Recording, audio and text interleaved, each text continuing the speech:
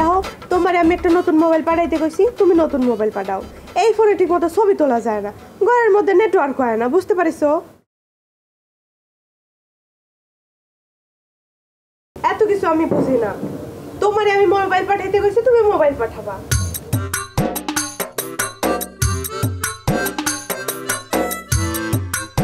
করো যাইয়া, তো আমি কি করব? আমার মোবাইল নষ্ট হয়ে গেছে, আমার মোবাইল লাগবে।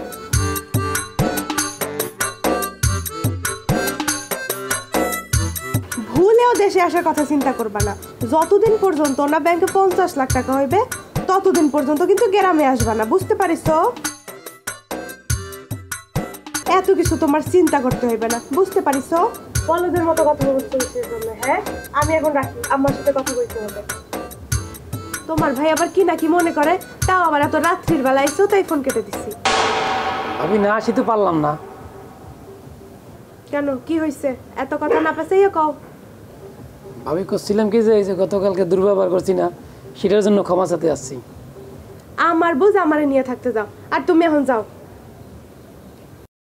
ভাবি আমি যে আসছি তার আগে তুমি কও, আমাকে তুমি ক্ষমা করে দিচ্ছ। এই কথাটা তো হাত ছাইরাও কম যায়, হাত ধরন লাগে। ভাবি শান্তি পাই না, শান্তি।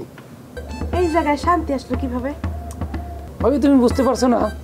মনে করো যে একটা মানুষের সাথে কথা বলতে গেলে একটা শান্তি লাগে, একজন আরেকজন যদি ভালোবাসে সেখানেও একটা শান্তি লাগে। শান্তি ছাড়া কোনো কিছুতে শান্তি পাওয়া যায় না। বুঝতে পারছি, কুত্তার লেজ কখনো সোজা হইবে না। দিমু কোপ। কোপ দেওয়ার দরকার নাই, এমনিতেই চলে যাচ্ছি, রাত তো অনেক বেশি হয়ে গেছে।